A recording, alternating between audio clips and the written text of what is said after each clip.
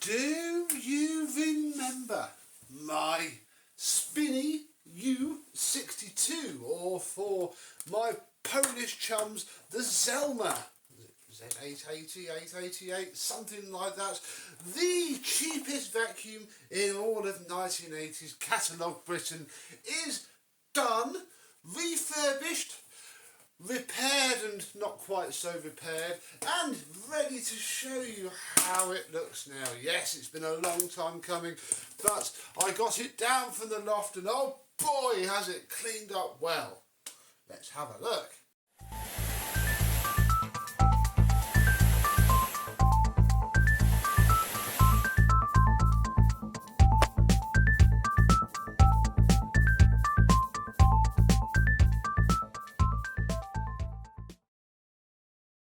Yes, hello, my vacuum cleaner chums. How are you today? Yes, £39.95 or similar in 1980 got you this bucket of magnificence. And yeah, my one has come up very well indeed. Now I do have the upholstery tool, but I don't have it on me. I sort of forgot I had it until I'd done refurbishing it and went, oh, bum, where's that? And it's somewhere.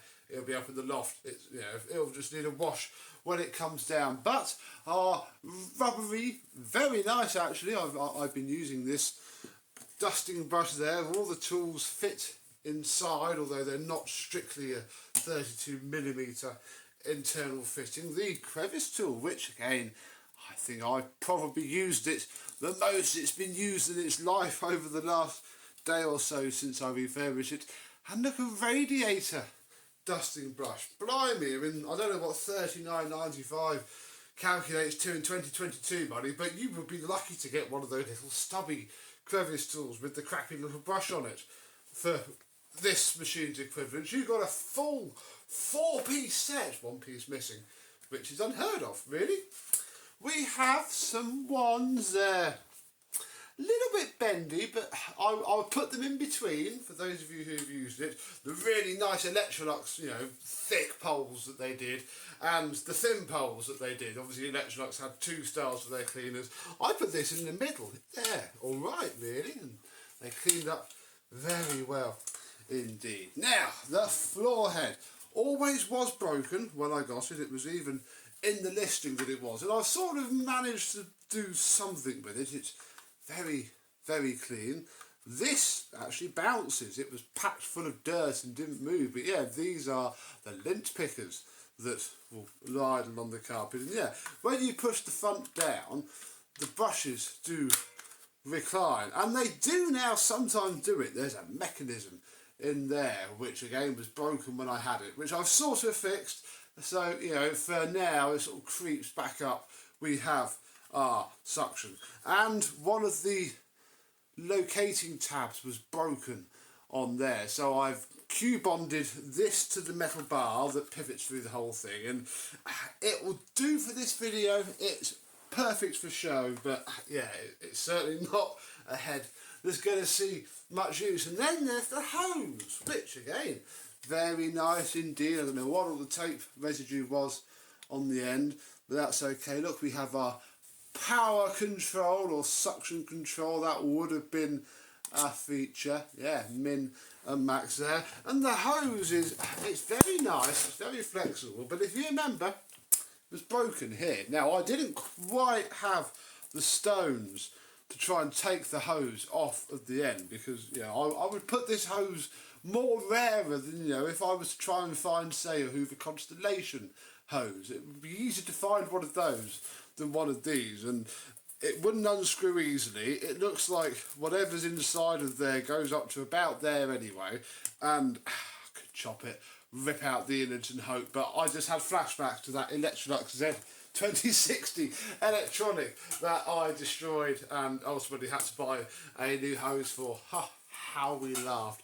So I filled this with clear silicone, left it to dry, then put another layer of clear silicone on, and then just heat shrunk it on. That's just that big heat shrink that we bought to fix my Hoover Sensibletronic.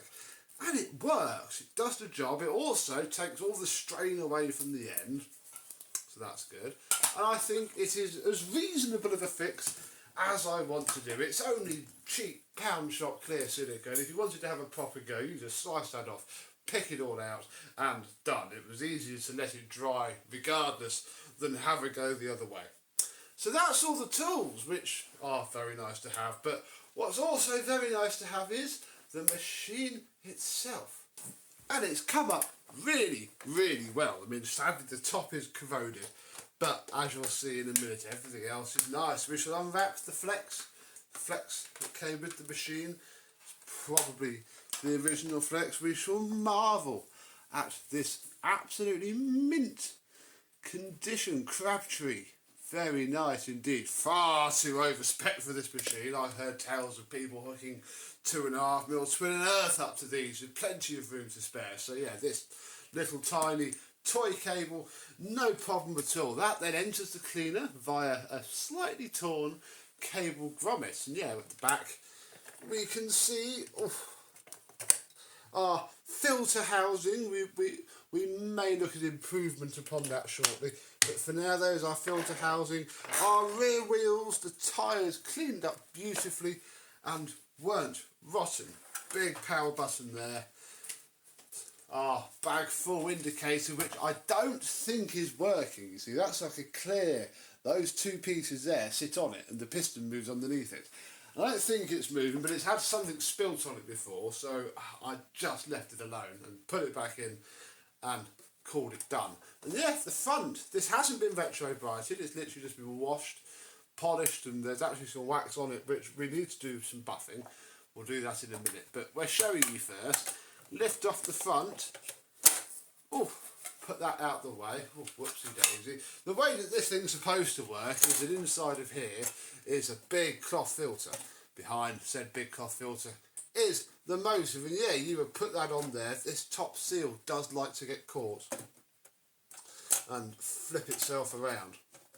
When you put a paper bag in, open it out, and somewhere, I don't know where, I do have it safe, is a plastic top that fits on there, and then this just goes in and that'll go into the bag, and you know, some of the dust might get caught. What I worked out is that if I take off the rubbery thing that's supposed to be on there, get a Miele bag, it fits on there. A treat, and obviously vastly improves this machine. This simple £40 in 1980 Spinney is now the same as a Miele with HEPA filtration. Fantastic. So yeah, it looks pretty flipping good. Let me show you how it sounds. Plugged into the wall, and I've buffed off the rest of the wax. Yeah, you see, that is what it should be like. It should be a nice, you know, almost shiny surface. And yeah, well, with a little bit of effort, because it all strips out to just this bit left, you could sand that down and repaint it quite happily. All I did with the motor was take it apart, clean it, and maybe put a new pair of 6000 Z bearings in. Big wide boys, and it sounds and performs quite well now.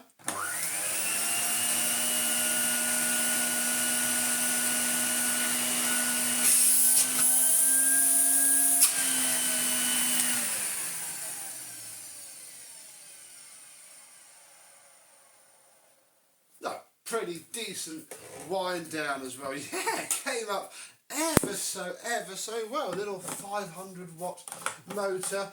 Airflow I would put at Electrolux twin turbo levels. And yeah, what this then allows us to do is to confirm that the hose is indeed airtight.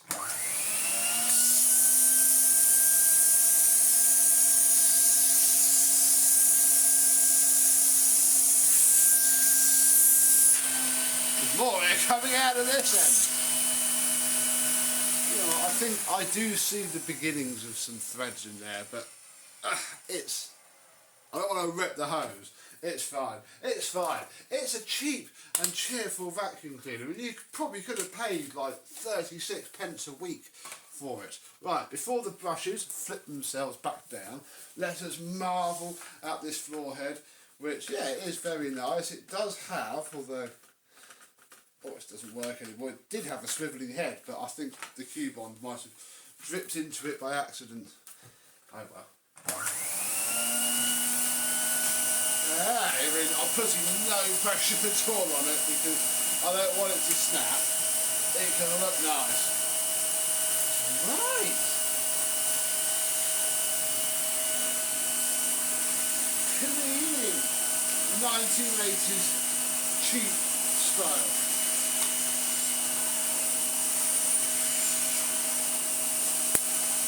Oh.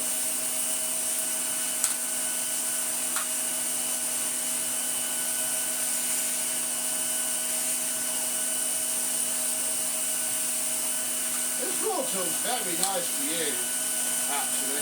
It is doing a very good job.